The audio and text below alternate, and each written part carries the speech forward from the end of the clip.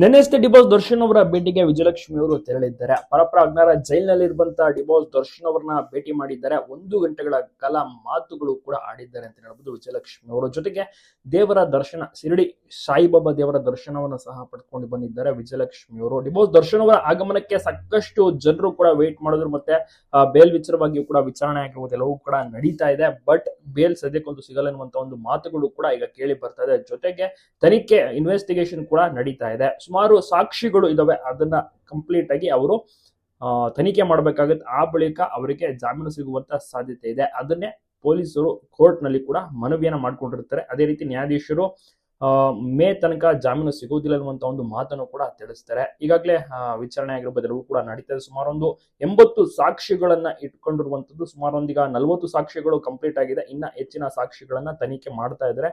So ನೋಡ್ಬೇಕು ಯಾವಾಗ complete ಆಗುತ್ತೆ ಅಂತ. ವಿಜಯಲಕ್ಷ್ಮಿ ಅವರು 10 ದಿವಸಕ್ಕೊಮ್ಮೆ ಹೋಗಿ ಡಿಬೋಸ್ ದರ್ಶನ್ ಅವ್ರನ್ನ ಭೇಟಿ ಮಾಡ್ಕೊಂಡು ಬರ್ತಾರೆ. ಸೊ ಬಹಳಷ್ಟು ರೀತಿಯಲ್ಲೂ ಕೂಡ ಗೊಂದಲ ಕುತೂಹಲ ಏನಾಗ್ಬೋದು ಡಿಬೋಸ್ ದರ್ಶನ್ ಅವರ ಕೇಸ್ ವಿಚಾರದಲ್ಲಿ ಅಂತ ಕೂಡ ಕೇಳ್ತಾ ಬರುತ್ತೆ. ಜೊತೆಗೆ ಡಿಬೋಸ್ ದರ್ಶನ್ ಅವರು ಆರಾಮಾಗಿದ್ದಾರೆ ಅಂತ ಮೊನ್ನೆ ನಟ ಧನ್ವೀರ್ ಅವರು ಹೋದಂತ ಟೈಮ್ ನಲ್ಲಿ ಮಾತನಾಡಿಸ್ಕೊಂಡು ಬಂದು ಹೇಳ್ತಾರೆ. ಇವತ್ತು ವಿಜಯಲಕ್ಷ್ಮಿ ಅವರು ಮತ್ತೆ ಮಗ ವಿನೀಶ್ ಅವರು ಸಹ ಹೋಗಿ ಮಾತನಾಡಿಸ್ಕೊಂಡು ಯೋಗಕ್ಷೇಮವನ್ನು ಕೂಡ ವಿಚಾರಿಸ್ಕೊಂಡು ಬಂದಿದ್ದಾರೆ.